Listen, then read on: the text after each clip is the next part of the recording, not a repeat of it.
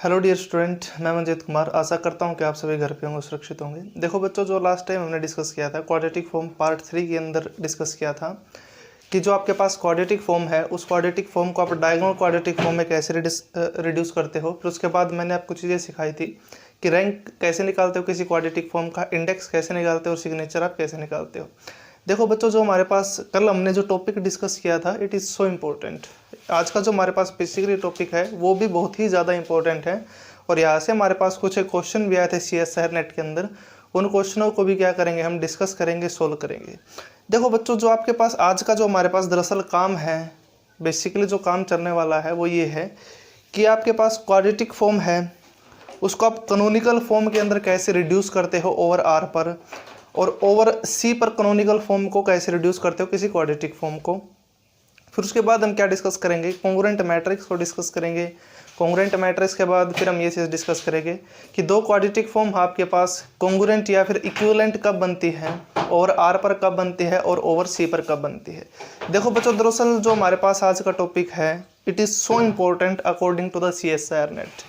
Actual में यहाँ से हमारे पास कई बार क्वेश्चन भी आ चुके हैं। अब इस जो आज का हमारा टॉपिक है इसको डिस्कस करने से पहले आपको थोड़ा बहुत पता होना चाहिए कुछ चीज़ों का।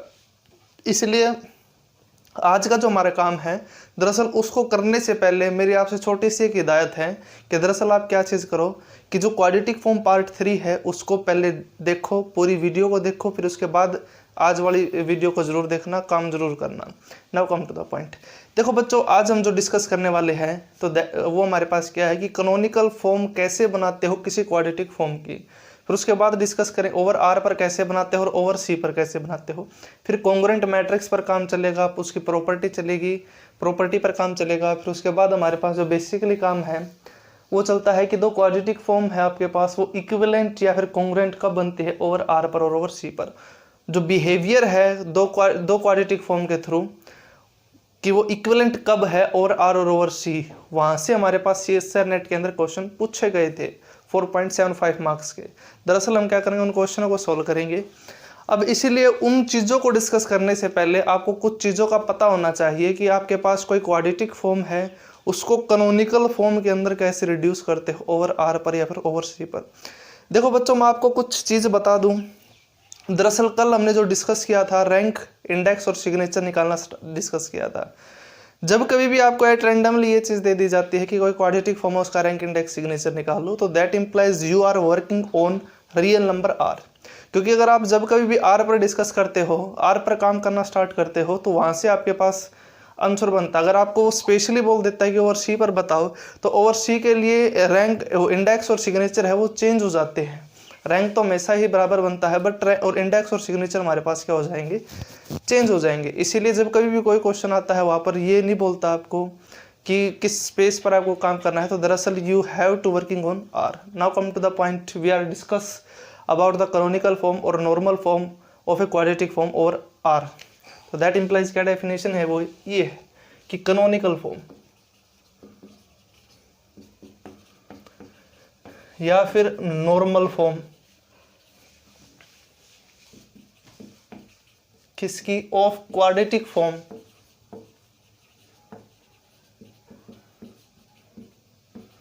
ओवर R पर। ओवर R का मतलब है कि जो हमारे पास स्पेस है, किस चीज पर हम काम कर रहे हैं, वो हमारे पास कौन सा स्पेस है, रियल लाइन है। देखो बच्चों, आपके पास जो डेफिनेशन क्या है, मतलब क्या है, इसका मायने क्या है इस चीज के कि कोई क्वाड्रेटिक फॉर्म है आपके पास, दरअसल बच्चों कि वो क्वाड्रेटिक फॉर्म को आप नॉर्मल फॉर्म या फिर कैनोनिकल फॉर्म के अंदर कब बोलते हो, अगर वो कुछ कंडीशन सेटिस्फाई करता हो। मैंने क्या कर लिया, मान लिया कि let QX is equal to X transpose A into X be the quadratic form.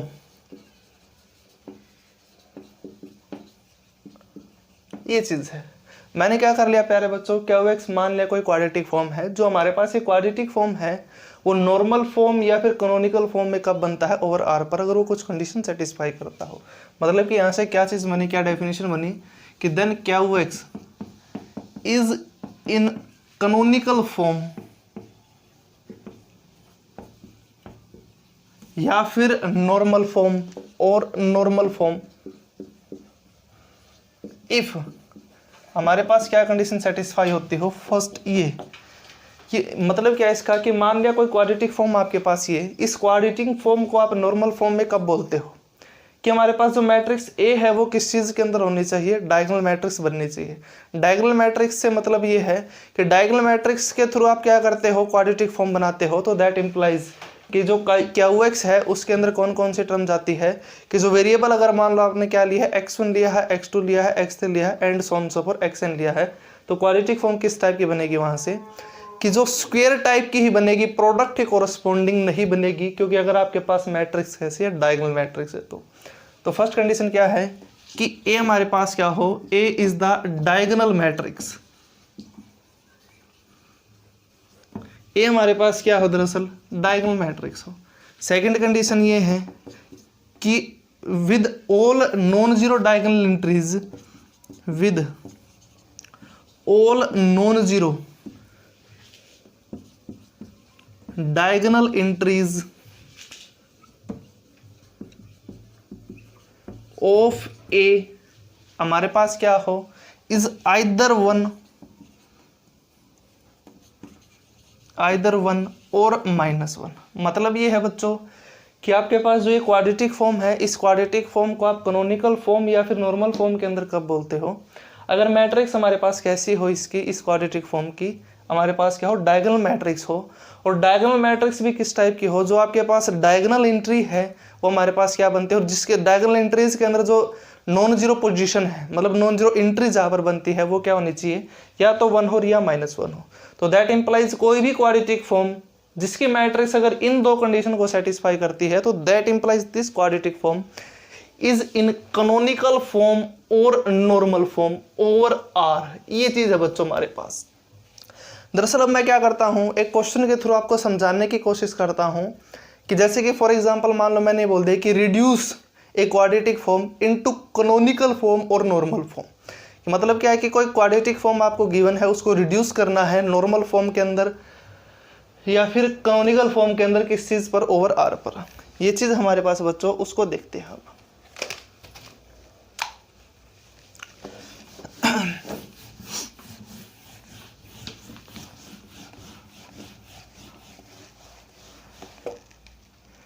देखो बच्चों, मैंने क्या कर लिया, मान लिया कि हमारे पास क्या है, कोई क्वाड्रेटिक फॉर्म है, क्या हुआ, तीन वेरिएबल के अंदर मान लिया x1 square plus x2 square plus x3 square plus 2 time of x1 x2 plus 4 time of x2 x3, ये मान लिया। मैंने क्या कर लिया, वैसे ही एट रैंडमली क्या मान लिया, तीन वेरिएबल के अंदर ये क्वाड्रेटिक फॉर्म मान ली। बच्चों दरअसल मैंने ये बोल दिया आपको कि जो ये क्वाड्रेटिक फॉर्म है आपके पास क्या हुआ, इस क्वाड्रेटिक फॉर्म को आपको क्या करना है, रिड्यूस करना है कैनोनिकल फॉर्म के अंदर या फिर नॉर्मल फॉर्म के अंदर, किस चीज़ पर, ओवर आर पर। देखो बच्चों, आपको अगर याद हो तो बेसिकली आप क्या कर रहे थे कि क्वाड्रेटिक फॉर्म को आपने कब बोला था कि नॉर्मल फॉर्म कब है, अगर उसकी जो मैट्रिक्स है वो किस टाइप की बनती हो, कि डायगोनल मैट्रिक्स बनती हो, और साथ साथ में क्या हो कि जो डायगोनल एंट्रीज है जहाँ पर नॉन जीरो टर्म बनती है वो क्या होनी चाहिए, या तो 1 हो या -1 हो। तो इसका मतलब ये है कि इस क्वाड्रेटिक फॉर्म को दरअसल आपको क्या करना है, रिड्यूस करना है डायगोनल क्वाड्रेटिक फॉर्म के अंदर, और डायगोनल क्वाड्रेटिक फॉर्म को हम लास्ट लेक्चर के अंदर डिस्कस कर चुके। अब डायगोनल क्वाड्रेटिक फॉर्म के अंदर तो दरअसल हम रिड्यूस कर देंगे उसको, फिर उसके बाद हमें खास बात ये ध्यान रखनी पड़ेगी कि आप जहाँ पर वो डायगोनल मैट्रिक्स बनाते हो, उस डायगोनल मैट्रिक्स के अंदर क्या चीज़ होनी चाहिए कि जहाँ पर नॉन जीरो डायगोनल एंट्री बनती है वहाँ पर क्या बनाना हमारे लिए नेसेसरी है, या तो 1 बनाओ या फिर -1 बनाओ। तो इसलिए हमारा क्या टारगेट है कि इस मैट्रिक्स को रिड्यूस करना है डायगोनल क्वाड्रेटिक फॉर्म के अंदर, और डायगोनल क्वाड्रेटिक फॉर्म में रिड्यूस करने के बाद किस टाइप से रखना उस चीज़ को कि जो नॉन जीरो डायगोनल एंट्री है वो हमारे पास क्या बनती हो, या तो 1 बनती हो या फिर -1 बनती हो। और डायगोनल क्वाड्रेटिक फॉर्म में कैसे रिड्यूस करते हैं, उस चीज़ के लिए मैंने आपको चीज़ बताई थी कि मैट्रिक्स मेथड के कोरस्पोंडिंग क्या कर दो, आप चलना स्टार्ट कर दो। इसलिए मैंने क्या कर दिया, मैट्रिक्स मेथड के कोरस्पोंडिंग चलना स्टार्ट कर दिया। मैट्रिक्स मेथड के कोरस्पोंडिंग चलता हूँ तो क्या चीज़ बनती है, दरअसल ये देखो, एक बात बताओ बच्चों, इस मैट्रिक्स की, इस क्वाड्रेटिक फॉर्म की हमारे पास मैट्रिक्स क्या बनती है, वो ये है। देखो बच्चों, वेरिएबल आपने कितने यूज़ किए, यहाँ पर 3 वेरिएबल यूज़ किए, तो दैट इंप्लाइज इस क्वाड्रेटिक फॉर्म की जो मैट्रिक्स बनेगी उसका ऑर्डर कितना बनेगा, हमारे पास 3 ही बनेगा। फिर उसके बाद मैंने क्या कर दिया, इस क्वाड्रेटिक फॉर्म की मैट्रिक्स बनाई। मैट्रिक्स कैसे बनेगी, जो स्क्वायर वाली टर्म है वो कोरस्पोंडिंग कहाँ पर जाएगी, डायगोनल पोजीशन पर।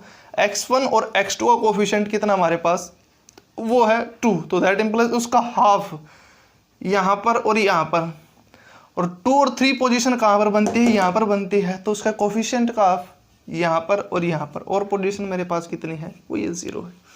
तो इसका मतलब जो एक क्वाड्रेटिक फॉर्म थी उसकी मैट्रिक्स दरअसल हमारे पास क्या बन चुकी है, ये बन चुकी। अब इसको आपको रिड्यूस करना है डायगोनल क्वाड्रेटिक फॉर्म के अंदर। देखो बच्चों, मैंने आपको एक बात बताई थी मैट्रिक्स मेथड के अंदर, किस चीज़ को डिस्कस किया था हमने, कॉन्ग्रुएंट ऑपरेशन को डिस्कस किया था। तो इसका मतलब ये है कि आप इसको रिड्यूस तो करो डायगोनल क्वाड्रेटिक फॉर्म के अंदर with the help of congruent operation. तो दैट इंप्लाइज कॉन्ग्रुएंट ऑपरेशन मैंने अप्लाई करना स्टार्ट कर दिया। इस मेंबर की हेल्प से नीचे वाले मेंबर को क्या करना स्टार्ट कर दिया, मैंने 0 बनाना स्टार्ट कर दिया। तो दैट इंप्लाइज यहाँ से क्या चीज़ बन चुकी, वो ये। फर्स्टली मैंने क्या किया, R2 पर ऑपरेशन अप्लाई किया कि R2 माइनस R1, तो उसके कोरस्पोंडिंग या फिर इक्विवेलेंट कॉलम ऑपरेशन क्या बनेगा, C2 पर C2 माइनस C1। ये चीज़ है, ये चीज़ है दरअसल बच्चों हमारे पास। देखो बच्चों, एक बात बताओ आप कि आपने क्या किया है, इस चीज़ के इस मैट्रिक्स को, इस क्वाड्रेटिक फॉर्म के कोरस्पोंडिंग मैट्रिक्स बनाई है, और इस मैट्रिक्स के अकॉर्डिंग हमने क्या करना है, इसको डायगोनल क्वाड्रेटिक फॉर्म के अंदर अब रिड्यूस करना है। देखो बच्चों, मैंने क्या कर लिया, जो ये मैट्रिक्स थी इसको इस A11 जो पोजीशन है उसके हेल्प से क्या कर लिया, नीचे वाले एलिमेंट को 0 बना लिया। वो कैसे बनाऊंगा मैं, R2 पर ऑपरेशन अप्लाई कर दिया कि R2 माइनस R1, फिर उसके कोरस्पोंडिंग कॉन्ग्रुएंट ऑपरेशन क्या बनता है, किस पर चलेगा हमारे पास, बेसिकली C2 पर चलेगा। वो क्या बनेगा, C2 माइनस C1। तो दैट इंप्लाइज मैट्रिक्स पर क्या इफेक्ट पड़ता है उस पर आते हैं। ये पोजीशन क्या है मेरे पास, 1, ये 1 और ये 0। अब देखो बच्चों, आपने क्या किया है, R2 पर ऑपरेशन अप्लाई किया है कि R2 में से R1 को सब्ट्रैक्ट कर दिया, तो दैट इंप्लाइज ये पोजीशन क्या बन चुकी, 0, ये 0, ये 2। फिर उसके बाद क्या चीज़ है, ये तो आपके पास क्या रहेगा, ऑब्वियसली से 2, 1, ये चीज़ है। फिर आपको क्या करना है, C2 पर ऑपरेशन अप्लाई करना है प्यारे बच्चों कि C2 माइनस C1, तो दैट इंप्लाइज ये पोजीशन मेरे पास क्या बनती है, फिर ये 0 बन गई। एक तो ये चीज़ थी। अब देखो बच्चों, आपके पास जो ये पोजीशन है A22 पोजीशन, वो हमारे पास यहाँ पर क्या बनती है, दरअसल 0 बनती है। तो इसका मतलब इसके अलग से नीचे वाले एलिमेंट को तो मैं 0 बना ही नहीं सकता, एक तो ये चीज़। तो क्यों ना मैं ऐसा कर लूँ कि ऑपरेशन वगैरह को एडजस्ट करके यहाँ पर तो मैं क्या कर लूँ, नॉन जीरो एंट्री बना लो, और उसके कोरस्पोंडिंग तो 0 बना सकता हूँ मैं। तो इसके लिए मैंने क्या कर लिया, इन दो को इंटरचेंज कर दिया कि मैंने क्या कर लिया दरअसल कि अब अप्लाई किया ऑपरेशन R3 पर ऑपरेशन अप्लाई किया, R3 और R2 को इंटरचेंज कर दिया, बेसिकली इंटरचेंज कर दिया R2 और R3 को। इसका मतलब जो थर्ड रो है वो कहाँ पर चले गए, सेकंड रो पर, और सेकंड रो कहाँ पर चले गए, थर्ड रो पर। तो दैट इंप्लाइज जो मैट्रिक्स A थी वो हमारे पास किस चीज़ के इक्विवेलेंट बन चुकी, वो इस चीज़ के इक्विवेलेंट बन चुकी।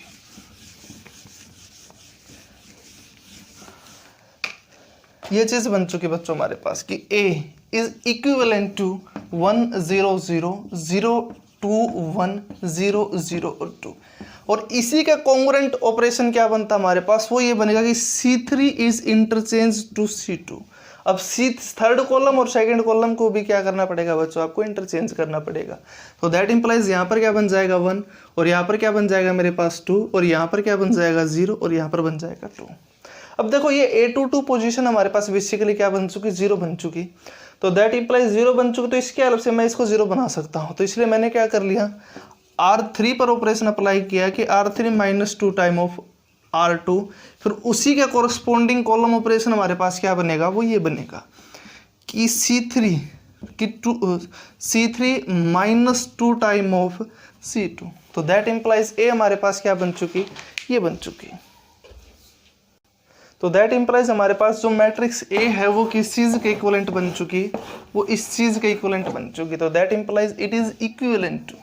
तो बच्चों मैंने क्या किया है दरअसल यहाँ पर ये काम कर लिया कि R3 पर ऑपरेशन अप्लाई किया कि R3 minus 2 time of R2। तो दैट इंप्लाइज आपके पास फर्स्ट और सेकंड रो है वो क्या बनेगी, हमारे पास सेम ही बनेगी, क्योंकि ऑपरेशन हमारे पास किस चीज़ पर चलता है, थर्ड रो पर चला है। तो 0 1 और 2।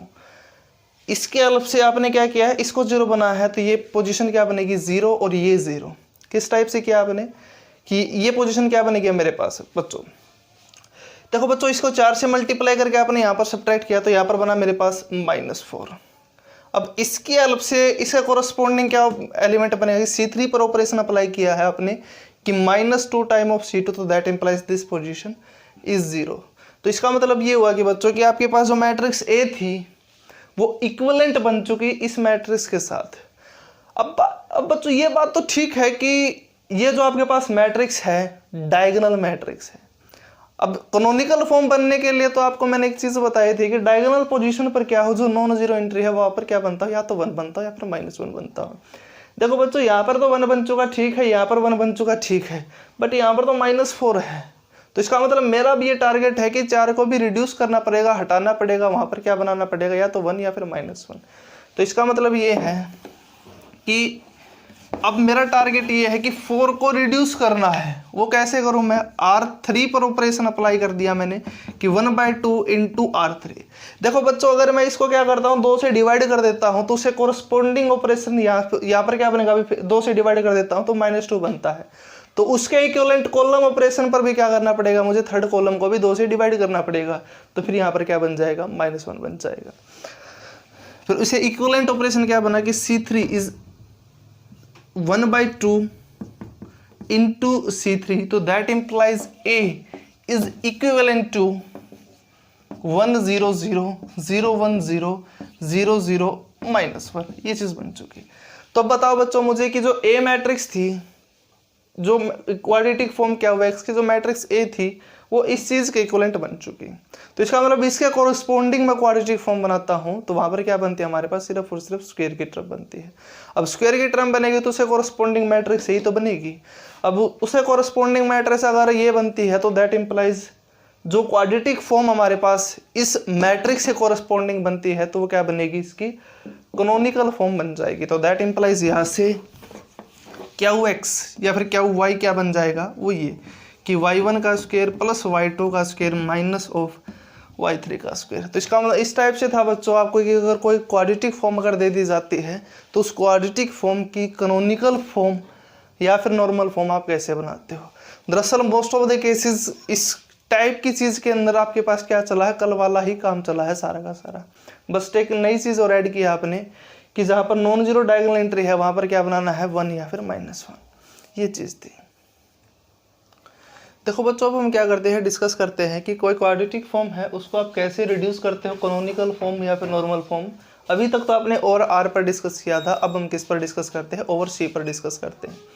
देखो बच्चों आपने जो डेफिनेशन क्या बनाई थी ओवर R पर, वो ये बनाई थी कि कोई क्वाड्रेटिक फॉर्म आपके पास कैनोनिकल फॉर्म के अंदर या फिर नॉर्मल फॉर्म के अंदर कब बनती है, कब रिड्यूस होती है ओवर R पर, कि वो जो क्वाड्रेटिक फॉर्म की जो मैट्रिक्स हमारे पास क्या बननी चाहिए, डायगोनल मैट्रिक्स बननी चाहिए। और नॉन जीरो डायगोनल एंट्री क्या बननी चाहिए, बेसिकली वो क्या बननी चाहिए हमारे पास, या तो 1 या फिर -1 बननी चाहिए। अब हमारे पास क्या है कि क्वाड्रेटिक फॉर्म को डिस्कस करते हैं, वो नॉर्मल फॉर्म या फिर कैनोनिकल फॉर्म के अंदर कब बनती है, ओवर C पर। उसके लिए क्या डेफिनेशन हमारे पास, वो ये है कि मैंने क्या कर लिया, मान लिया कि let QX is equal to X transpose A into X be the quadratic form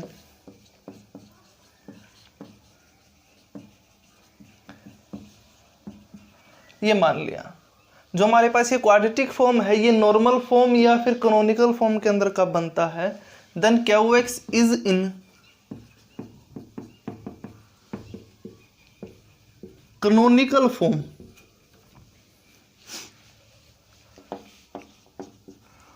और इन नॉर्मल फॉर्म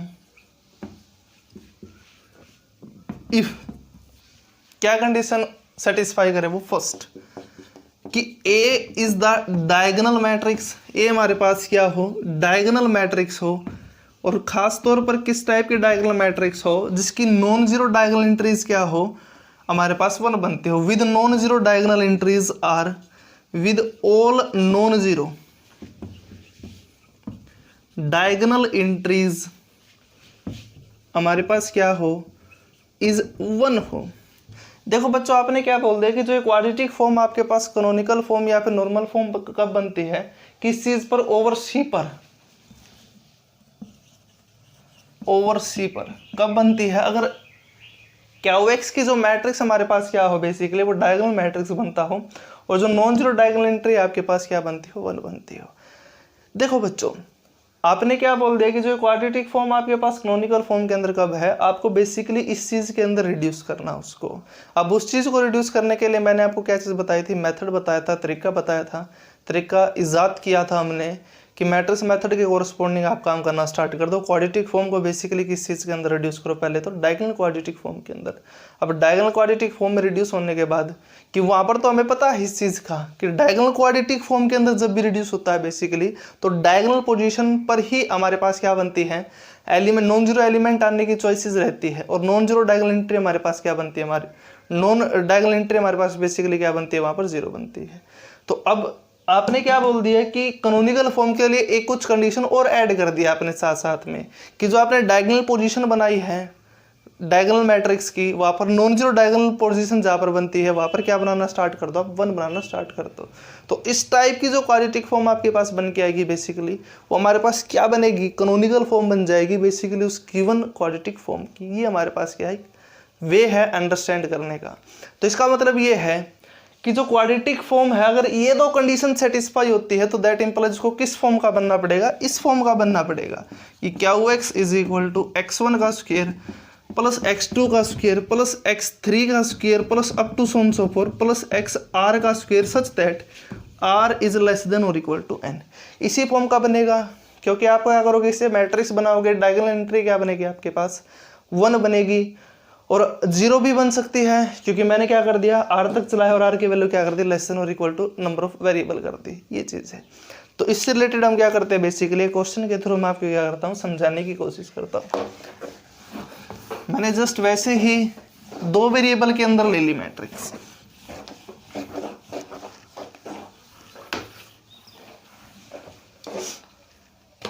देखो तो मैंने क्या कर दिया, मान लिया ये क्वाड्रेटिक फॉर्म हमारे पास, let Q X is equal to x1 square plus x2 square plus 4x1 x2, 2 variable के अंदर जस्ट वैसे ही मान लिया। अब मैंने ये बोल दिया कि इसको रिड्यूस करो आप किस चीज़ के अंदर, कैनोनिकल फॉर्म के अंदर रिड्यूस करो ओवर सी पर। कैनोनिकल फॉर्म के अंदर रिड्यूस कैसे करना है कि इस क्वाड्रेटिक फॉर्म की जब कभी भी मैं मैट्रिक्स बनाऊँ तो हमारे पास क्या बनती हो, डायगोनल मैट्रिक्स बनती हो और नॉन जीरो डायगोनल एंट्री क्या बननी चाहिए, 1 बननी चाहिए। तो इसलिए मैंने क्या कर लिया प्यारे बच्चों, इस क्वाड्रेटिक फॉर्म की पहले तो मैट्रिक्स बनाई, वो क्या बनेगी, वो ये बनेगी 1 1 2 और ये पोजीशन 2।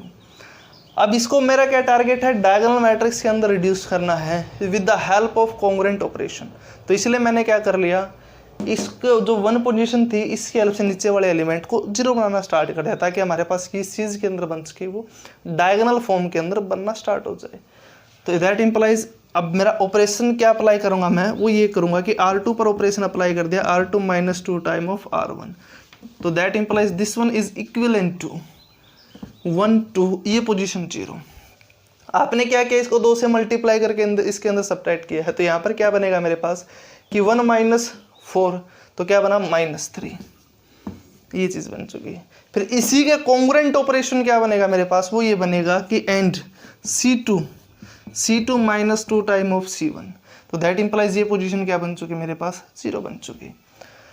अब देखो बच्चों, इस क्वाड्रेटिक फॉर्म के corresponding the matrix A is equivalent to this matrix with diagonal entry 1 and -3। तो that implies now our target is reduce to -3 with 1। तो दैट इम्प्लाइज अब मेरा टारगेट सिर्फ और सिर्फ अब इतना ही है कि -3 को रिड्यूस करना है मुझे किस चीज़ के अंदर, 1 के अंदर। तो दैट इम्प्लाइज जिसके कोरस्पॉन्डिंग हमारे पास ये क्वाड्रेटिक फॉर्म किसके अंदर रिड्यूस हो जाएगी, कैनोनिकल फॉर्म के अंदर रिड्यूस हो जाएंगी, किस चीज़ पर, ओवर सी पर। तो इसलिए अब देखो बच्चों, यहाँ पर अब मैं क्या करूँ कि 1 बना सकूँ। अब देखो बच्चों, आपको 1 बनाना है तो उसके लिए क्या करना पड़ेगा कि पहले तो इसको मैं क्या कर दूँ, देखो मैंने क्या कर लिया, √1/3 से डिवाइड कर दिया। 1/√3 से डिवाइड करता हूँ तो यहाँ पर बनता है √3। उसी कॉलम को ऑपरेशन क्या बनेगा, सेकंड कॉलम पर 1/3 से डिवाइड करना पड़ेगा, तो फिर यहाँ पर बन जाएगा -1। अब -1 को फिर रिड्यूस करना आपको किस चीज़ के अंदर, 1 के अंदर। तो क्या करना पड़ेगा, सेकंड रो को आयोटा से डिवाइड कर दो। तो दैट इम्प्लाइज उसके अकॉर्डिंग देख लेंगे, फिर इसको किससे डिवाइड करोगे आप, सेकंड कॉलम को 1/आयोटा से। तो दैट इम्प्लाइज यहाँ पर क्या बन जाएगा मेरे पास, 1 बन जाएगा। तो इसका मतलब, या फिर मैं डायरेक्ट ऐसे भी तो बोल सकता हूँ इस चीज़ को कि इसी पर मैंने क्या कर दिया, डायरेक्ट ये ऑपरेशन अप्लाई किया, R2 पर ऑपरेशन अप्लाई किया कि 1/√3 into iota into R2 and 1 और C2 पर ऑपरेशन क्या बनता है कि 1/√3 आयोटा इंटू C2। तो that implies matrix A is equivalent to this matrix 1 0। आपने सेकंड रो पर 1/√3 आयोटा से डिवाइड मल्टीप्लाई कर दिया, तो दैट इंप्लाइज यहाँ पर क्या बना 0 - 3 अपॉन √3 आयोटा। फिर आपने क्या किया है, सेकंड कॉलम को मल्टीप्लाई किया है 1/√3 आयोटा से, तो यहाँ पर क्या बनेगा 1/√3 आयोटा। तो ये चीज़ इससे cancel, iota square -1 minus plus, तो that implies A is equivalent to this matrix. अब इसके कोरस्पोंडिंग क्वाड्रेटिक फॉर्म क्या बनती है मेरे पास, वो ये बनेगी कि क्या of y is equal to y1² plus y2²। अब बताओ बच्चों मुझे कि ये क्वाड्रेटिक फॉर्म थी, इसको आपने क्या कर दिया, इसके अंदर रिड्यूस कर दिया, और इस क्वाड्रेटिक फॉर्म की मैट्रिक्स क्या बनेगी, वो ये बनेगी। और वो कौन सी हमारे पास, एक तो फर्स्टली डायगोनल मैट्रिक्स है ये, और नॉन जीरो डायगोनल एंट्री क्या बनती है 1 बनती है। तो that implies by definition this quadratic form is called the canonical form or normal form of this quadratic form over C। ये चीज था बच्चों हमारे पास। Now come to the point। अब बच्चों मैं क्या देता हूँ आपको, कुछ क्वेश्चन देता हूँ, उस क्वेश्चन को आपको सोल्व करना है, रिड्यूस करना है क्वाड्रेटिक फॉर्म को नॉर्मल फॉर्म के अंदर या फिर कैनोनिकल फॉर्म के अंदर ओवर R पर और ओवर C पर। क्वेश्चन ये है दरअसल आपके लिए,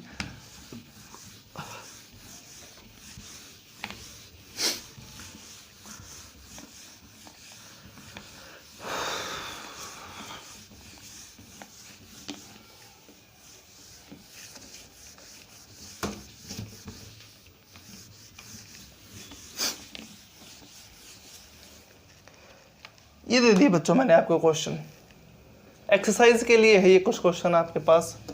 क्वेश्चन फर्स्ट है कि QX is equal to x1² plus x2² plus x3² plus 2 time of x1 x2 plus 3 time of x2 x3।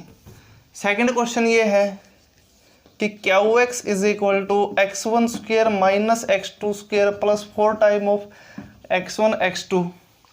Third question ये है हमारे पास कि QX is equal to x1² plus x2² plus x3² plus x4² plus 2 time of x1 x2 plus 4 time of x2 x3। Fourth question मैंने आपको ये दे दिया बच्चों कि QX is equal to xy plus yz plus zx minus 2 time of, चलो यही रख दिया सिर्फ। फिफ्थ क्वेश्चन ये दे दिया कि QX is equal to x² plus x1² plus x2² plus x3² plus 3 time of x1 x2, ये है।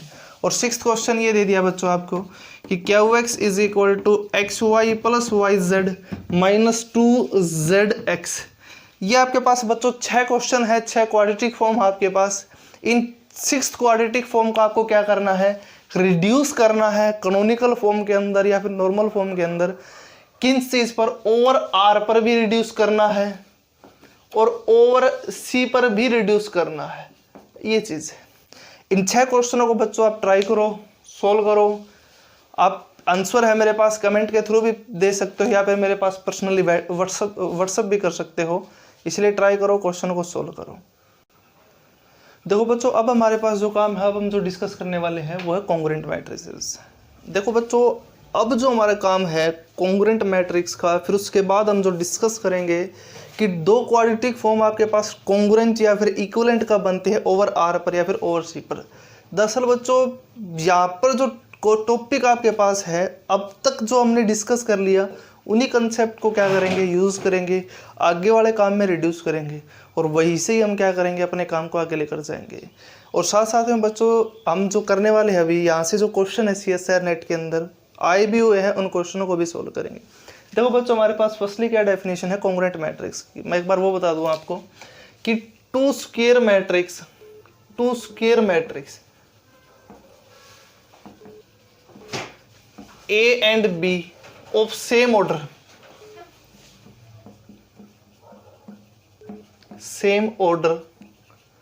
are said to be congruent if there exists a non-singular matrix P,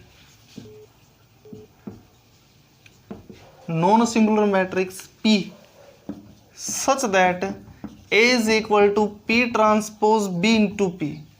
देखो बच्चों, आप डेफिनेशन क्या कॉन्ग्रुएंट मैट्रिक्स की, वो ये है कि अगर ए और बी आपके पास क्या हो, दो मैट्रिक्स हो, सेम ऑर्डर हो, जिसका स्क्वायर मैट्रिक्स हो, ये दो मैट्रिक्स ए और बी मेरे पास कॉन्ग्रुएंट कब बनती है, अगर इन मैट्रिक्स के लिए आपके पास क्या करता हो, एक नॉन सिंगुलर मैट्रिक्स एग्जिस्ट करती हो पी सच दैट जो ये कंडीशन सेटिस्फाई करे।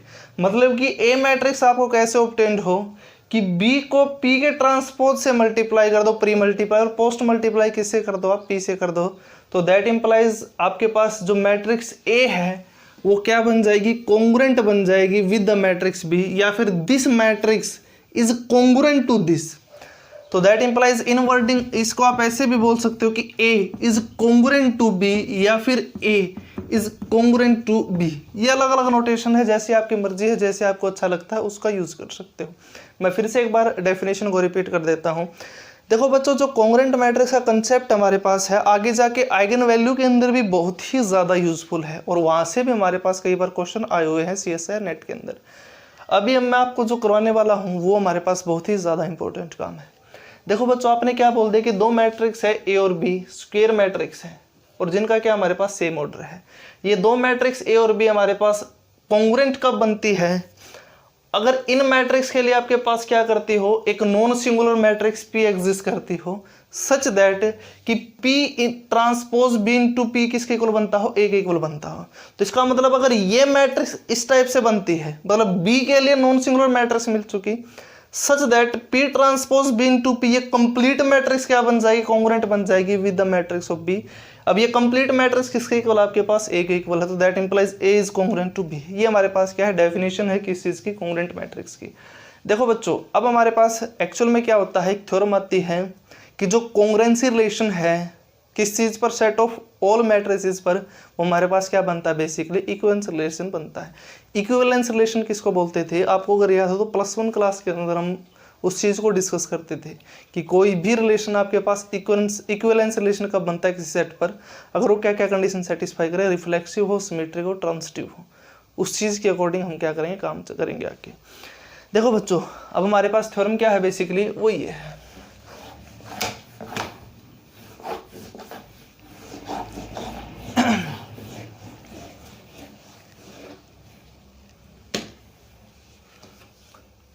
थ्योरम ये है basically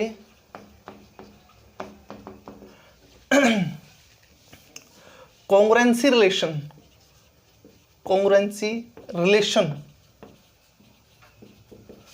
over the set of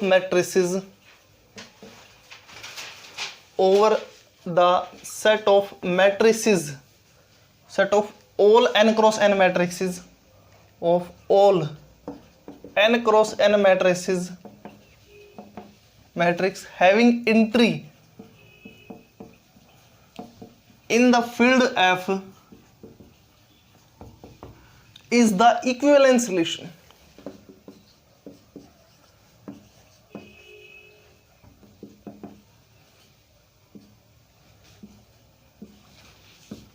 ये चीज है बच्चों, मतलब क्या है कि आपने क्या कर लिया, एक सेट बनाया, सारा एक सेट बना, उसके अंदर क्या है, सारी की सारी स्क्वायर मैट्रिक्स है, एन ऑर्डर की है, जिसकी एंट्री कहाँ से, फील्ड एफ के अंदर से। जो आपके पास वो सेट है बच्चों, जिसके अंदर क्या है, एन क्रॉस एन के मैट्रिक्स है, वो जो सेट आपके पास ये बोलता है कि जो सेट है आपके पास कॉन्ग्रुएंसी रिलेशन के थ्रू क्या बनता है, हमारे पास इक्विवेलेंस रिलेशन बनता है। अब इक्विवेलेंस रिलेशन प्रूव करने के लिए मेरा क्या टारगेट है, रिफ्लेक्सिव, सिमेट्रिक और ट्रांजिटिव शो करना। फर्स्टली मैं क्या करता हूँ, इसका प्रूफ करता हूँ। फर्स्टली क्या प्रॉपर्टी हमारे पास है, रिफ्लेक्सिव की है। रिफ्लेक्सिव प्रॉपर्टी किसको बोलते हो, कि कोई प्रॉपर्टी रिफ्लेक्सिव कब बनती है किसी सेट के ऊपर, वो दरअसल हमारे पास तब है कि अगर ओवर द कॉन्ग्रुएंसी रिलेशन, कि इसके लिए क्या बनना पड़ेगा कि कोई मैट्रिक्स है ए आपके पास, उसको क्या बनना पड़ेगा, इट्स सेल्फ पर क्या बनना पड़ेगा, कॉन्ग्रुएंस बनना पड़ेगा। तो मैंने क्या कर लिया, एक मैट्रिक्स उठाई A from the set S. Set S के अंदर क्या आपके पास सारी की सारी क्या है, मेरे पास मैट्रिक्स है n क्रॉस n की, जिसकी एंट्री कहाँ से, फील्ड F के अंदर से है। देखो बच्चों मैं ऐसे भी तो लिख सकता हूं कि A is equal to identity matrix का transpose into A into I. अब एक बात बताओ, A के लिए आपको एक ऐसी नॉन सिंगुलर मैट्रिक्स मिल तो चुकी such that I transpose into A into I किस चीज के इक्वल बनता है, A के इक्वल। तो that implies this complete matrix is congruent to with the matrix A। अब कंप्लीट मैट्रिक्स किसके इक्वल, हमारे पास A के इक्वल। तो दैट इंप्लाइज क्या बन चुका है यहाँ से कि A is congruent to A। तो दैट इंप्लाइज यहाँ से ये बन चुका है कि आपके पास जो सेट S है वो क्या करता है, रिफ्लेक्सिव प्रॉपर्टी को सेटिस्फाई करता है कि इसके अंदर से अगर कोई मैट्रिक्स उठाते हो आपके पास, वो क्या बनती है, खुद के साथ ही क्या बनती है, कॉन्ग्रुएंट बनती है। एक तो ये चीज। अब उसके बाद मेरा क्या टारगेट है, सिमेट्रिक प्रूव करना। सिमेट्रिक कैसे शो कर सकता हूं मैं, देखो बच्चों आप तभी शो कर सकते हो अगर इसके अंदर से कोई दो मैट्रिक्स उठाओ आप सेट S के अंदर से, वो हमारे पास क्या हो, A और क्या बनते हो, B के साथ कॉन्ग्रुएंट बनते हो। तो हमारे पास क्या टारगेट है, B को कॉन्ग्रुएंट शो करना होता है A के साथ। तो मैंने क्या कर लिया फॉर सिमेट्री के लिए, let A and B belongs to S such that A is congruent to B। अब देखो बच्चों A कॉन्ग्रुएंट है B के साथ, तो दैट इंप्लाइज, ये बात तो श्योर है, तो that implies there exist a non singular matrix P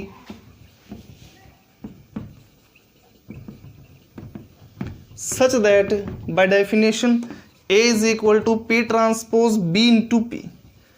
ये है। अब मेरा क्या टारगेट है, B को कॉन्ग्रुएंट शो करना है A के साथ। तो बच्चों मैंने क्या कर लिया, इनवर्स लेना स्टार्ट कर दिया। P ट्रांसपोज के कोरस्पॉन्डिंग लूंगा मैं, फिर P के कोरस्पॉन्डिंग लूंगा। तो फर्स्टली मैंने क्या कर दिया, P ट्रांसपोज का इनवर्स से प्री मल्टीप्लाई कर दिया A को।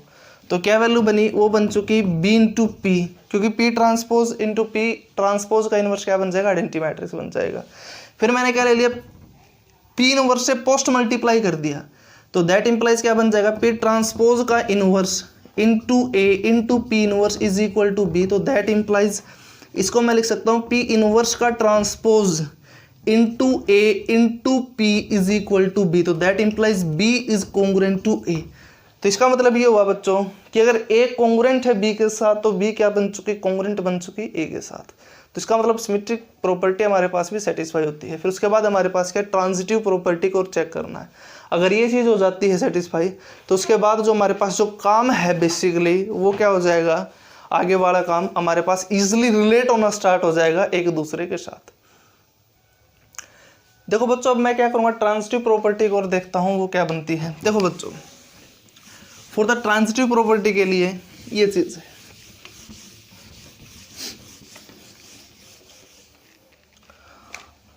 For transitive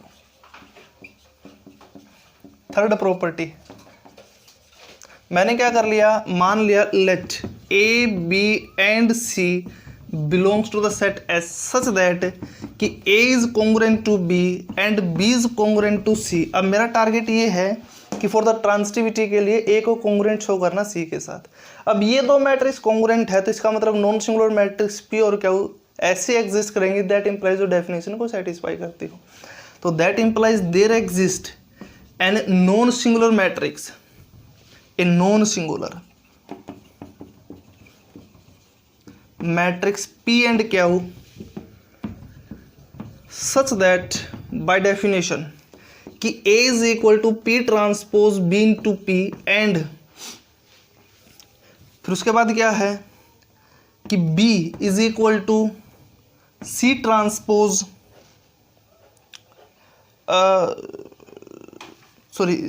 Q transpose C into Q, ये चीज़ है। अब मेरा टारगेट ये है कि A को कॉन्ग्रुएंट शो करना है, किसके साथ, C के साथ शो करना है।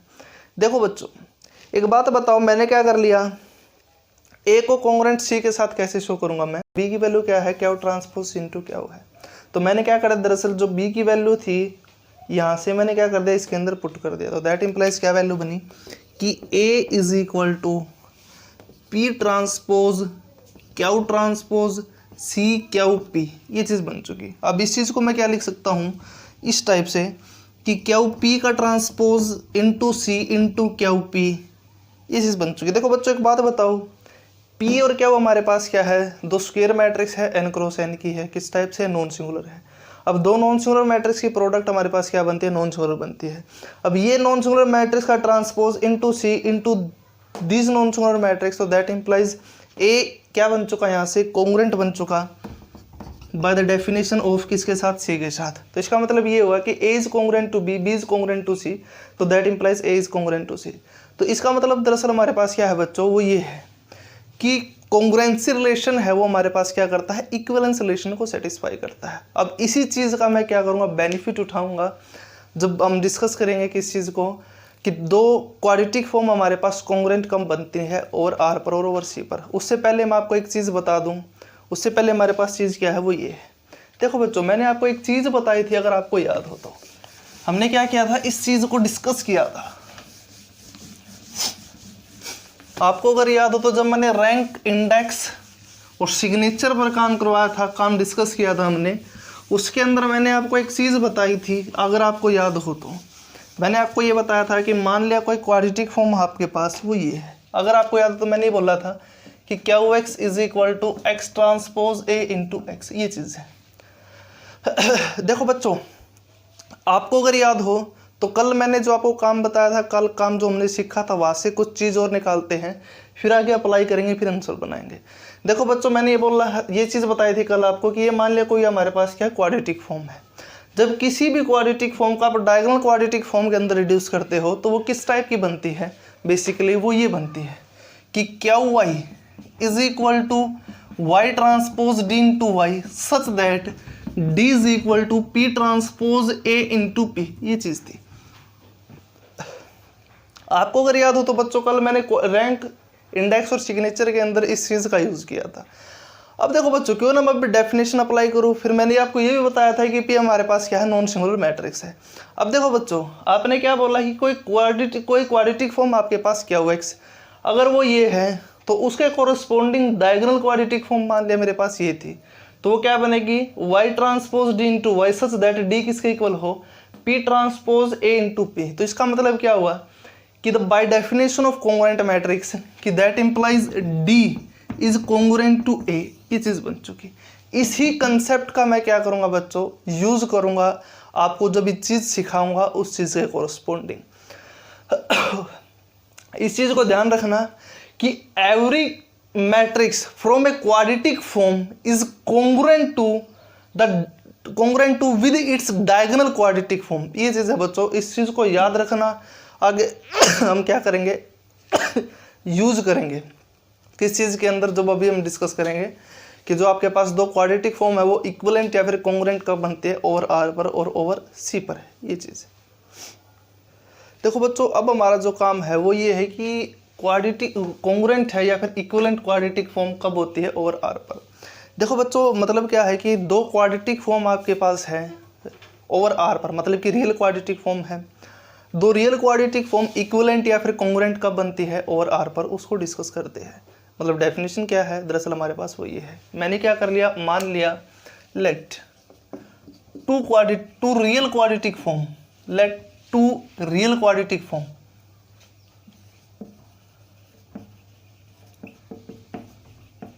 सच दैट, वो ये मान लिया कि Q X is equal to x transpose A into X and Q Y is equal to Y transpose B into Y. अब देखो बच्चों, मैंने क्या कर लिया, मान लिया कि मेरे पास क्या है, दो रियल क्वाड्रेटिक फॉर्म है। द रियल क्वाड्रेटिक फॉर्म तो दैट इंप्लाइज जो मैट्रिक्स है ए और बी आपके पास क्या है, रियल है। तो यहाँ पर मैं बोल सकता हूँ कि such that A and B are two real matrix, ये चीज़ है बच्चों। फिर उसके बाद हमारे पास डेफिनेशन क्या है, दरअसल वो ये है कि दो क्वाड्रेटिक फॉर्म आपके पास क्या हुआ एक्स और क्या हुआ, ये जो दो क्वाड्रेटिक फॉर्म है, इन क्वाड्रेटिक फॉर्म को आप इक्विवेलेंट या फिर कोंग्रुएंट कब बोलते हो, ओवर आर पर। इन दो क्वाड्रेटिक फॉर्म को इक्विवेलेंट या फिर कोंग्रुएंट ओवर आर पर हम कब बोलते हैं, अगर हमारे पास जो इनकी कोफिशिएंट मैट्रिक्स है ए और बी वो क्या बनती हो, कोंग्रुएंट बनती हो। कि तो यहाँ से डेफिनेशन क्या बनी, तो that implies Q X and Q Y are congruent और equivalent quadratic form over R if there matrices A and B are congruent is that A is congruent to B। ये चीज़ है, मतलब क्या है बच्चों कि दो क्वाड्रेटिक फॉर्म है मेरे पास, क्या हुआ x और क्या हुआ y। ये दो quadratic form, real quadratic form हमारे पास कॉन्ग्रुएंट या फिर इक्विवेलेंट कब बनती है, ओवर R पर, अगर हमारे पास क्या कंडीशन सेटिस्फाई होती हो कि इनकी जो कोफिशिएंट मैट्रिक्स है A और B वो हमारे पास क्या बननी चाहिए, कॉन्ग्रुएंट बननी चाहिए। अगर इन दो क्वाड्रेटिक फॉर्म की मैट्रिक्स हमारे पास क्या बन जाती है, ओवर R पर कॉन्ग्रुएंट बन जाती है, तो that implies this two quadratic form are said to be congruent और इक्विवेलेंट ओवर R। देखो बच्चों, अभी मैंने आपको एक चीज़ बताई थी कि एवरी क्वाड्रेटिक फॉर्म, कि कोई भी क्वाड्रेटिक फॉर्म है अपनी डायगोनल क्वाड्रेटिक फॉर्म के साथ क्या बनती है, कॉन्ग्रुएंट बनती है। कैसे बताया था मैंने आपको, उसका छोटा सा प्रूफ भी दिया था। वो ये था कि मैंने क्या कर लिया, मान लिया क्वाड्रेटिक फॉर्म है क्या हुआ, x is equal to x transpose a into x मान ली। इसकी डायगोनल क्वाड्रेटिक फॉर्म मैंने क्या बना ली, ये बना ली कि y transpose d into Y such that d क्या हमारे पास p transpose a into p है। ये तो थी हमारे पास कि कोई क्वाड्रेटिक फॉर्म के कोरस्पॉन्डिंग डायगोनल क्वाड्रेटिक फॉर्म क्या बनती थी, वो ये बनती थी। अब एक बात, तो d और a हमारे पास क्या बनती है, कॉन्ग्रुएंट बनती है। तो दैट इंप्लाइज बाय डेफिनेशन कि every quadratic form is congruent और equivalent to its diagonal quadratic form. अब बच्चों देखो, यहाँ से हमारे पास क्या अप्रोच बननी स्टार्ट हो जाती है कि जब कभी भी ये चीज़ चेक करना हो, प्रूफ करना हो कि ओवर R पर दो क्वाड्रेटिक फॉर्म हमारे पास इक्विवेलेंट या फिर कॉन्ग्रुएंट कब है। तो देखो बच्चों, क्यों ना मैं अगर इसको क्या कर लूँ, डायगोनल क्वाड्रेटिक फॉर्म के अंदर रिड्यूस करूँ, इस चीज़ को डायगोनल क्वाड्रेटिक फॉर्म के अंदर रिड्यूस कर दिया। अब इसको भी मैंने क्या कर दिया, डायगोनल क्वाड्रेटिक फॉर्म के अंदर रिड्यूस कर दिया, किस चीज़ के ऊपर, ओवर R पर। एक तो ये चीज़, या फिर मैं ऐसे भी कर सकता हूँ। देखो बच्चों, डायगोनल क्वाड्रेटिक फॉर्म में रिड्यूस कर देते हो आप, तो वहाँ पर आपके पास क्या बनती है बेसिकली कि डायगोनल मैट्रिक्स बन जाती है किसी क्वाड्रेटिक फॉर्म की। अब ये मैट्रिक्स है बाय दिस कंसेप्ट कि this quadratic form is congruent to its diagonal quadratic form and this quadratic form is congruent to its diagonal quadratic form. अगर ये दो क्वाड्रेटिक फॉर्म इक्विवेलेंट कब है, अगर इन दोनों quadratic form, diagonal quadratic form हमारे पास क्या हो, कॉन्ग्रुएंट बनती हो। एक तो ये चीज़। अब सेकेंडली बच्चों, अगर ये इसके साथ कॉन्ग्रुएंट है, ये इसके साथ कॉन्ग्रुएंट है, that implies by the equivalence relation in दोनों क्या बनना पड़ेगा, हमारे पास कॉन्ग्रुएंट बनना पड़ेगा। तभी हमारे पास ये दो जो डायगोनल क्वाड्रेटिक फॉर्म थी या फिर ये दो क्वाड्रेटिक फॉर्म थे हमारे पास, क्या बन जाएगी, इक्विवेलेंट बन जाएगी किस चीज़ पर, ओवर R पर। देखो बच्चों, अगर आपको अगर याद हो तो ध्यान से अगर आपने कंसेप्ट को समझा होगा, तो मैंने वहाँ पर कुछ एक चीज़ बताई थी। आज एक चीज़ करवाया था आपको कि कैनोनिकल फॉर्म या फिर नॉर्मल फॉर्म कैसे बनाते हो, ओवर R पर। देखो बच्चों, ओवर R पर नॉर्मल फॉर्म हम बेसिकली कैसे बनाते हैं, फिर कैनोनिकल फॉर्म हम कैसे बनाते हैं, वो हमारे पास क्या चलता है कि आप क्या करते हो कि मैट्रिक्स को रिड्यूस करते हो डायगोनल क्वाड्रेटिक फॉर्म के अंदर विद जो डायगोनल एंट्रीज है आपके पास, वो क्या बननी चाहिए, नॉन जीरो डायगोनल एंट्रीज क्या बननी चाहिए, या फिर 1 या फिर -1। ओवर R पर डिस्कस कर रहे हैं हम डियर स्टूडेंट। यहाँ पर ओवर R के ऊपर हम कभी भी साइन चेंज नहीं कर सकते किसी भी मेंबर का, क्योंकि अमाउंट तो चेंज किया जा सकता है, अमाउंट मतलब क्वांटिटी है, उसका मैग्नीट्यूड तो हम चेंज कर सकते हैं। जैसे कि अगर 4 बनता है तो उसकी जगह पर 1 बना सकते हैं, अगर पॉजिटिव 4 बनता है तो नेगेटिव -1 नहीं बना सकते ओवर R पर, क्योंकि उसके लिए क्या करना पड़ेगा, मुझे C पर जाना पड़ेगा, आयोटा की हेल्प लेनी पड़ेगी, तभी बना सकता हूँ मैं -1, अदरवाइज नहीं बना सकता। क्योंकि जैसे कोई ये सोचता है कि सर मान लो मैं -1 से मल्टीप्लाई कर देता हूँ, अगर किसी पर्टिकुलर रो को माइनस से मल्टीप्लाई करोगे जिस पोजीशन के अकॉर्डिंग चल रहे हो, उसी पर्टिकुलर रो को तो आपको माइनस से भी तो मल्टीप्लाई करना पड़ेगा। तो दैट इम्प्लाइज फिर से हमारे पास वो क्वान्टिटी क्या बन जाएगी, पॉजिटिव बन जाएगी, अगर पॉजिटिव है तो इसका मतलब ये है आपके पास कि जब कभी भी डायगोनल क्वाड्रेटिक फॉर्म के अंदर जाना है और ये चीज़ चेक करना है कि दो क्वाड्रेटिक फॉर्म आपके पास कॉन्ग्रुएंट या फिर इक्विवेलेंट कब बनती है, ओवर R पर, तो मैं क्या करना चीज़ चेक कर दूं, यहाँ पर ये चीज़ चेक करना स्टार्ट कर दूं कि इसको मैं क्या कर लूँ, डायगोनल क्वाड्रेटिक फॉर्म निकालनी स्टार्ट कर दूं इन दोनों की। अगर डायगोनल क्वाड्रेटिक फॉर्म निकालने के बाद मेरे पास क्या चीज़ बनती हो प्यारे बच्चों, ये चीज़ बन जाती हो कि इसकी नंबर ऑफ पॉजिटिव टर्म और नंबर ऑफ पॉजिटिव टर्म इसकी क्या बन जाए, सेम बन जाए, और प्लस में क्या बनता हो, नंबर ऑफ नेगेटिव टर्म किसकी क्या हुआ, x की, और नंबर ऑफ नेगेटिव टर्म हमारे पास क्या हुआ है कि क्या बनती हो, सेम बनती हो। तो दैट इंप्लाइज वहाँ से क्या बन जाएगा, क्या हुआ x और क्या हुआ है क्या बन जाएगा, हमारे पास कॉन्ग्रुएंट बन जाएंगे ओवर R पर। वो कैसे है इसलिए बोला है मैंने बच्चों, क्योंकि आपके पास क्या होता है कि जैसे कि मान लो आपके पास डायगोनल पोजीशन पर बनते हैं 4 4 4, क्योंकि मान लो दूसरी कोरस्पोंडिंग क्या बन गया आपके पास 1 1 1 बन गए, क्योंकि 4 को तो मैं चेंज कर सकता हूँ 1 के साथ कर सकता हूँ। तो दैट इंप्लाइज यहाँ से जो नॉन पॉजिटिव टर्म है, नंबर ऑफ पॉजिटिव टर्म हमारे पास क्या बननी चाहिए, सेम बननी चाहिए, क्योंकि 1 को तो मैं वो फिर तो बाद में उसको रिड्यूस तो मैं कर सकता हूँ 1 पर। अगर नंबर ऑफ नेगेटिव टर्म भी हमारे पास क्या बनती है, सेम बनती है। अगर नेगेटिव टर्म बनती है तो आर ऑपरेशन के थ्रू मैं उसको पॉजिटिव नहीं बना सकता।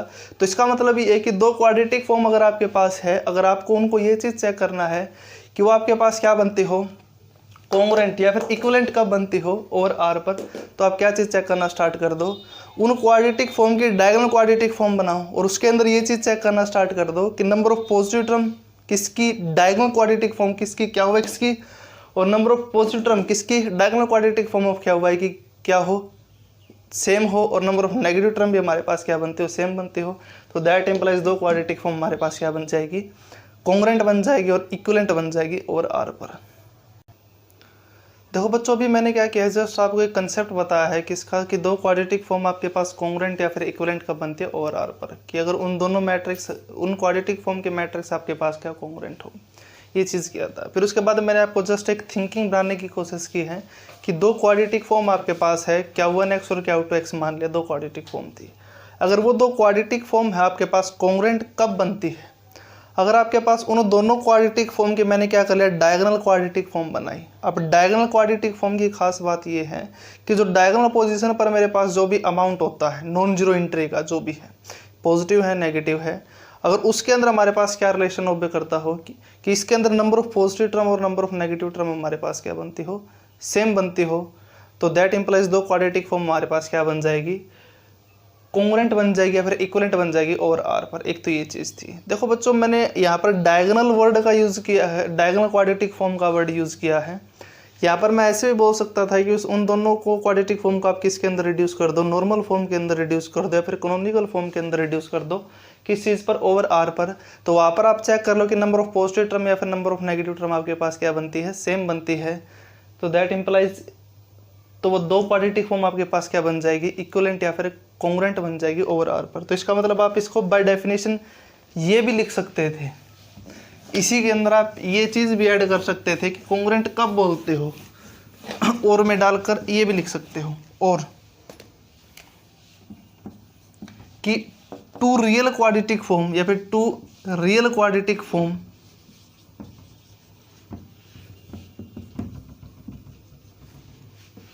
क्या 1x एंड क्या 2y या फिर क्या 2x over r are said to be equivalent or congruent if they have same number of positive term and same number of negative term terms in its normal form or canonical form over R। ये चीज़ है बच्चों। Just मैंने क्या किया है, conclusion को ही apply किया, वहाँ से उसी को दूसरे फॉर्मेट के अंदर लिख दिया कि मतलब क्या है कि दो क्वाड्रेटिक फॉर्म आपके पास क्या 1 और क्या 2 और आर पर इक्विवेलेंट या फिर कॉन्ग्रुएंट कब है, अगर इन दोनों की नॉर्मल फॉर्म के अंदर आपके पास क्या नंबर ऑफ पॉजिटिव टर्म और नंबर ऑफ नेगेटिव टर्म आपके पास क्या हो, सेम हो, तो आपके पास क्या बन जाएगी, वो कॉन्ग्रुएंट या फिर इक्विवेलेंट बन जाएगी। दरअसल ये हमारे पास क्या इफ एंड ओनली इफ के अंदर भी बोल सकता हूं मैं इस चीज को। देखो बच्चों, आपने यहाँ पर ये तो बोल दिया कि इसको मैं और रिड्यूस करना चाहता हूं इसी कंसेप्ट को, कि दो क्वाड्रेटिक फॉर्म थी, वो कॉन्ग्रुएंट या फिर इक्विवेलेंट कब है, अगर हमारे पास क्या हो, same number of positive term और same number of negative term हो, किसके अंदर, कैनोनिकल फॉर्म के अंदर ओवर आर पर। देखो बच्चों, अगर same number of positive term बनती है तो दैट इंप्लाइज दोनों क्वाड्रेटिक फॉर्म का जो इंडेक्स है वो सेम बनेगा। अब दोनों का इंडेक्स सेम बनता है, अब नंबर ऑफ नेगेटिव टर्म भी आप साथ साथ में क्या बोल रहे हो, सेम है। अब मैंने एक बात बताई थी सिग्नेचर के अंदर कि number of positive term minus number of negative term तो आपको क्या देता है, आपको सिग्नेचर देता है किसी क्वाड्रेटिक फॉर्म का। तो इसका मतलब ये है कि दो क्वाड्रेटिक फॉर्म आपके पास इक्विवेलेंट या फिर कॉन्ग्रुएंट है, तो दैट इंप्लाइज उन दोनों का क्या बनेगा, यहाँ से इंडेक्स सेम बनेगा। अब नंबर ऑफ पॉजिटिव टर्म भी सेम है, नंबर ऑफ नेगेटिव टर्म भी आपके पास सेम है, तो दैट इंप्लाइज उनकी सब्ट्रैक्शन भी तो सेम अमाउंट ही बनेगा। तो इसका मतलब दोनों का सिग्नेचर भी सेम बनेगा। अगर सिग्नेचर और इंडेक्स सेम हो दैट इंप्लाइज क्या बनेगा, रैंक भी सेम बनेगा। तो इसका मतलब यहाँ से क्या कंक्लूजन बन चुका, क्या रिजल्ट बन चुका मेरे पास, वो ये बन चुका कि दो क्वाड्रेटिक फॉर्म आपके पास Q1 और Q2x ओवर R पर कॉन्ग्रुएंट है if and only if they have same rank, index and signature over R।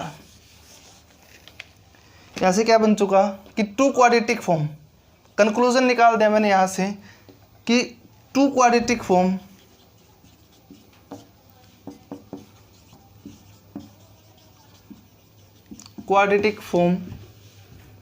Q1x and Q2x are equivalent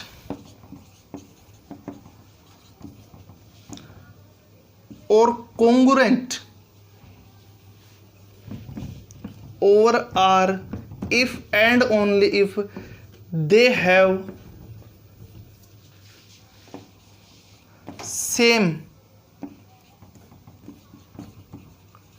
rank, index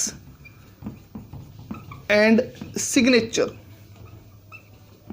इसी बच्चों इसी कंसेप्ट का और इसी थॉट का यूज करूंगा मैं कि दो क्वाड्रेटिक फॉर्म को कॉन्ग्रुएंट या फिर इक्विवेलेंट कब शो करते हैं, हम कब बता सकते हैं हम, रैंक और इंडेक्स और सिग्नेचर के थ्रू। इसी बेस पर CSIR नेट के अंदर एक बार क्वेश्चन भी आया था, उसको भी डिस्कस करेंगे। देखो बच्चों ये तो कंसेप्ट था आपके पास ओवर R पर। अब इसी को मैं ओवर C पर लेकर जाता हूं तो वहां पर क्या बनता है कि दो क्वाड्रेटिक फॉर्म है बेसिकली आपके पास, कि वो दो क्वाड्रेटिक फॉर्म ओवर C पर कॉन्ग्रुएंट या फिर इक्विवेलेंट कब है, अगर उन दोनों क्वाड्रेटिक फॉर्म के अंदर, देखो बच्चों आपने यहाँ पर ओवर R पर तो ये बोल दिया कि नॉर्मल फॉर्म के अंदर जाओ, पॉजिटिव और नेगेटिव टर्म चेक कर लो सेम है या फिर नहीं है, सेम है नंबर ऑफ पॉजिटिव टर्म और नंबर ऑफ नेगेटिव टर्म आपके पास, तो इन दैट केस क्या बन जाएगा, इक्विवेलेंट या फिर कॉन्ग्रुएंट बन जाएगी। ओवर C पर तो देखो बच्चों नेगेटिव को तो मैं पॉजिटिव भी तो बना सकता हूं, तो इसका मतलब इंडेक्स और सिग्नेचर पर फिर वो हमारे पास चेक करना मीनिंगलेस सी बात हो जाती है। तो इसका मतलब ये है कि जब कभी भी आपको ओवर C पर काम करना हो और दो क्वाड्रेटिक फॉर्म को इक्विवेलेंट चेक करना हो तो सिर्फ और सिर्फ एक ही चीज़ चेक कर लो कि उनका रैंक सेम बनता हो। तो इसका मतलब दो क्वाड्रेटिक फॉर्म आपके पास कॉन्ग्रुएंट या फिर इक्विवेलेंट ओवर C पर कब बनती है, if and only if they have same rank. तो यहाँ से क्या बन चुका सेकंड रिमार्क कि two quadratic form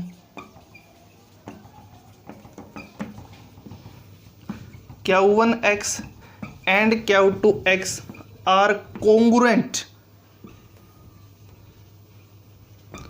or equivalent over C if and only if they have same rank. ये चीज़ है बच्चों। देखो बच्चों जो आप अभी मैंने आपको थ्रू आउट ये कुछ चीज़ें समझाने की कोशिश की है, it is so important according to the point of view CSIR NET, बहुत ही ज़्यादा इंपॉर्टेंट है। यहाँ से हमारे पास CSIR नेट के अंदर कुछ क्वेश्चन भी आए हैं। दरअसल अब मैं क्या करूँगा, उन क्वेश्चन को भी सोल्व करने की कोशिश करूँगा। इस टाइप से क्या है, चीज़ों को सोचो, अप्लाई करने की कोशिश करो। अब देखते कैसे अप्रोच करते हो आप क्वेश्चन को। देखो बच्चों दरअसल एक क्वेश्चन है, उस क्वेश्चन को डिस्कस करते हैं हम। ये क्वेश्चन CSIR नेट के अंदर आया था जून 2013 के अंदर। देखो बच्चों क्वेश्चन क्या बोलता है, इसने बोलता है कि consider the quadratic form Q and P such that Q define कर दिया, P डिफाइन कर दिया। इसने बोल दिया कि which of the following is और आर ट्रू। उसने क्या पूछ लिया, P और Q के इक्विवेलेंट पर बिहेवियर पूछ लिया और R पर और ओवर C पर पूछ लिया और कंडीशन डाल दी किस टाइप से नहीं है।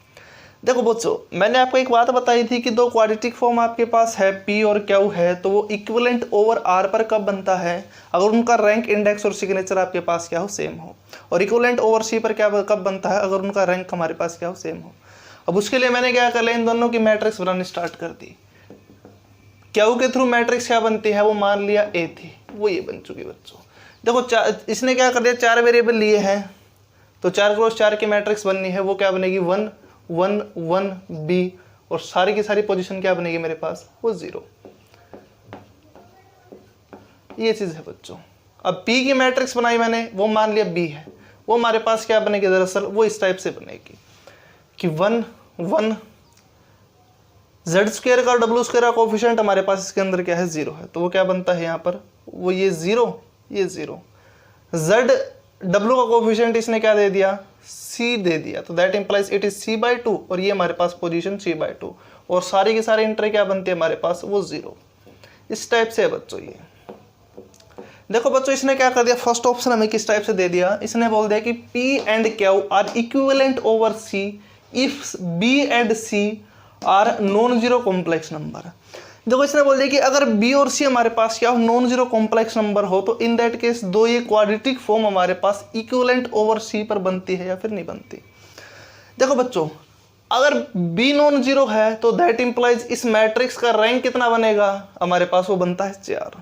तो इसका मतलब इस क्वाड्रेटिक फॉर्म का रैंक कितना बन चुका, 4 बन चुका। अगर C भी हमारे पास नॉन जीरो है तो दैट इंप्लाइज हमारे पास जो मैट्रिक्स B है इसका रैंक कितना बनता है, 4 बनता है। मैंने आपको एक बात बताई थी कि दो क्वाड्रेटिक फॉर्म आपके पास इक्विवेलेंट ओवर C कब बनता है, if and only if they have same rank. तो इसका मतलब अगर B और C नॉन जीरो है तो ये दोनों के दोनों क्वाड्रेटिक फॉर्म हमारे पास कॉन्ग्रुएंट या फिर इक्विवेलेंट कब क्या हो जाती है, बन जाती है किस पर, C पर। तो that implies option first is correct. फिर उसने B, C और D ऑप्शन जो बनाए हैं हमारे पास दरअसल वो R पर पूछ लिए इसने। देखो बच्चों मैंने आपको एक बात बताई थी कि ओवर R पर काम चलता है जब कभी भी, तो आप क्या क्या चीज़ें चेक करनी है, रैंक, इंडेक्स और सिग्नेचर, 3 चीज़ें आपको चेक करनी है। अब उसी को करते हैं हम। देखो बच्चों फिलहाल मैं क्या करता हूँ, ऑप्शन डी पर आता हूँ। इसने बोल दिया कि P and Q are not equivalent over R if C हमारे पास क्या हो, 0 हो।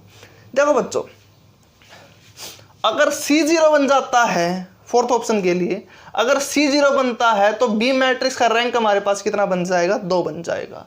अब B की वैल्यू अब हमारे पास कुछ भी बने, हमें इस बात की तो श्योरिटी है कि अगर B 0 है तो A का रैंक कितना है, 3 है। अगर B नॉन जीरो है तो A का रैंक हमारे पास कितना है, 4 है। तो इसका मतलब B की वैल्यू चाहे कुछ भी बनती हो, अगर C 0 है तो A का रैंक और B का रैंक कभी बराबर नहीं बनता। तो इसका मतलब ये है कि अगर C 0 होने से A और B हमारे पास रैंक बराबर नहीं बनता, तो इसका मतलब वो इक्विवेलेंट नहीं बनती किस चीज पर, ओवर R पर। तो दैट इंप्लाइज इसने यही बोला है कि नॉट इक्विवेलेंट बनेगा ओवर R पर इफ C हमारे पास क्या हो, 0 हो। तो that implies option D is also correct. अब B और C पर आते हैं।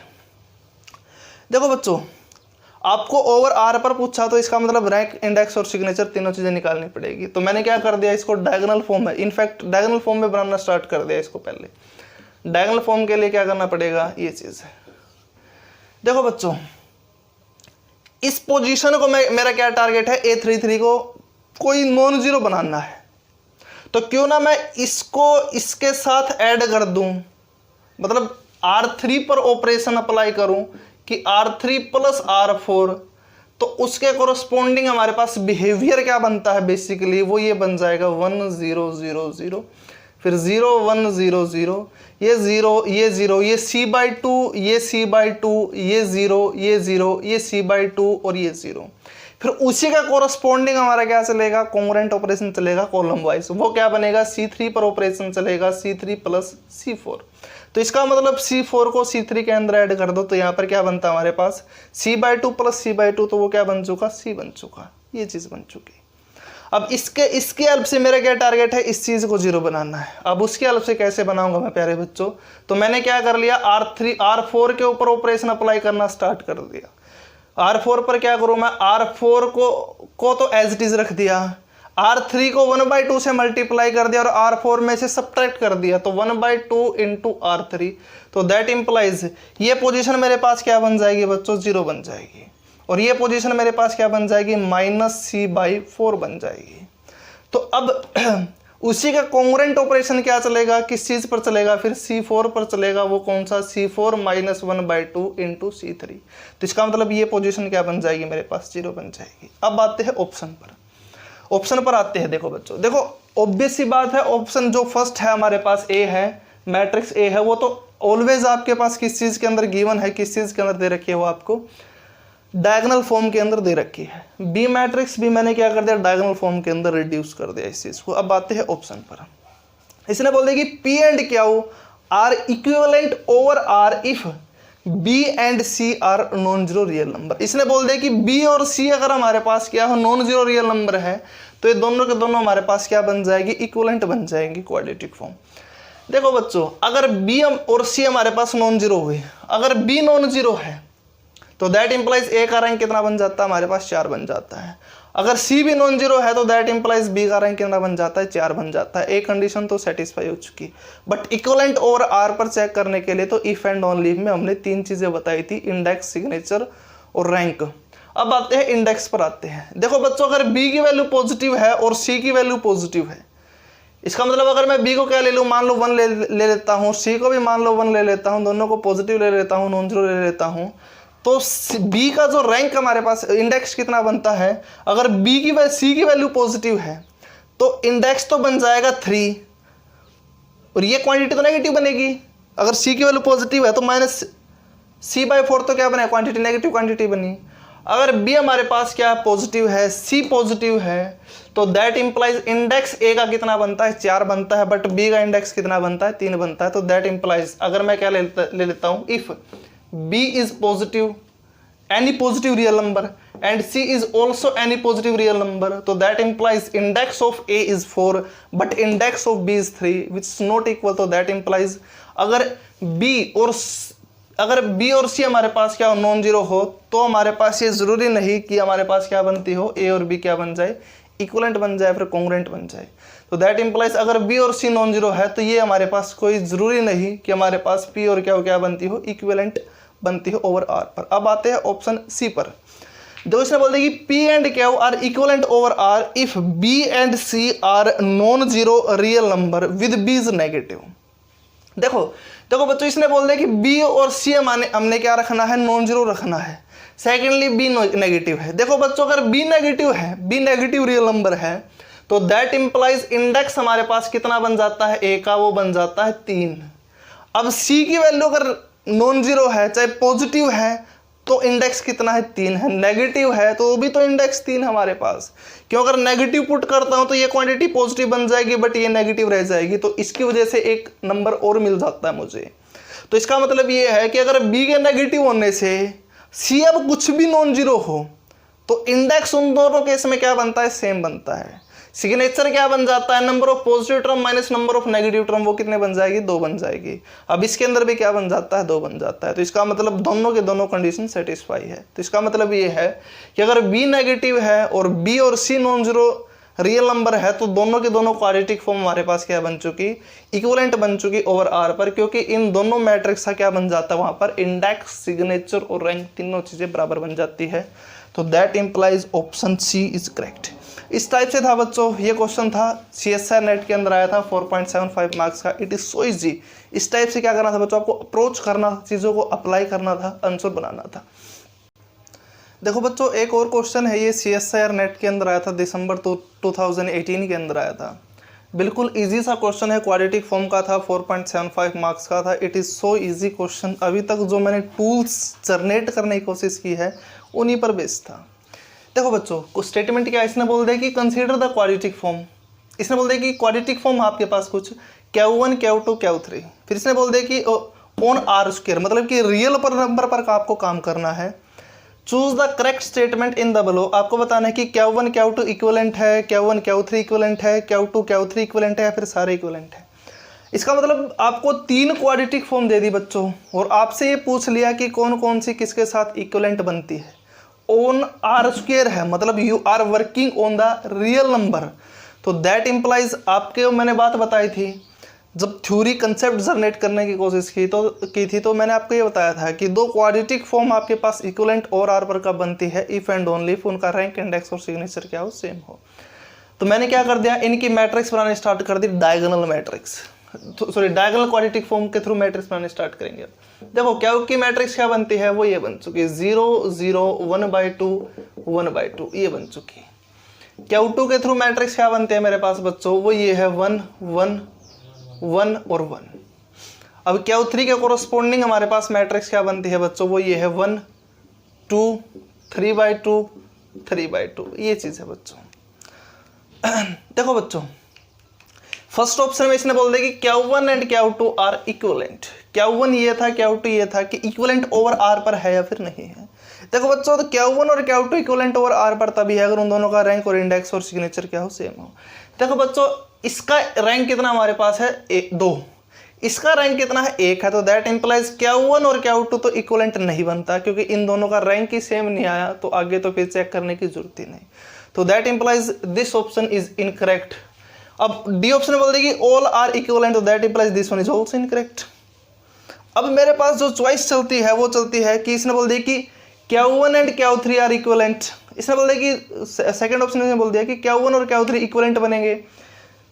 सी ऑप्शन ने बोल दिया कि Q2 and Q3 are equivalent. देखो बच्चों, Q3 का रैंक मेरे पास कितना है, दरअसल इसका रैंक है 1, इसका रैंक बनता है 2। अब इसका रैंक और इसका रैंक बराबर नहीं, मतलब Q2 and Q3 are not equivalent. अब सेकंड थर्ड ऑप्शन में इसने बोल दिया कि Q2 and Q3 are equivalent. अब ये तो रैंक के बराबर नहीं आया, तो इक्विवेलेंट नहीं बनेगी। तो that implies option C is incorrect. तो that implies option B is correct. This is so easy question which is asked in CSIR NET. अब देखो बच्चों, ये तो मैंने वैसे ही आपको लॉजिक ही बता दिया, जस्ट वैसे ही चेक करना था बस। ये तो क्वेश्चन ही बोगस सा दे दिया था। और अब मैंने ये पूछ लिया कि Q1 और Q3 according to the option of this question, format of this question, B is correct, all this option are incorrect. अब अभी मैंने ये थोड़ी ना चेक किया कि Q1 और Q3 इक्विवेलेंट है फिर नहीं है। आज का आपका काम है प्रूव करना है कि ये दोनों क्या बनेंगे, इक्विवेलेंट बनेंगे। कैसे?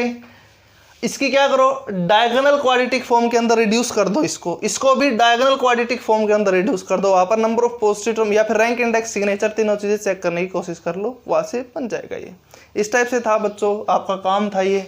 This question is asked in CSIR net December 2018। It is so easy question, 4.75 marks का था। इस टाइप से क्वेश्चन बहुत से आते हैं बच्चों, आपको जस्ट सोचना होता है कैसे अप्रोच करें कंसेप्ट की तरफ। ये था बच्चों।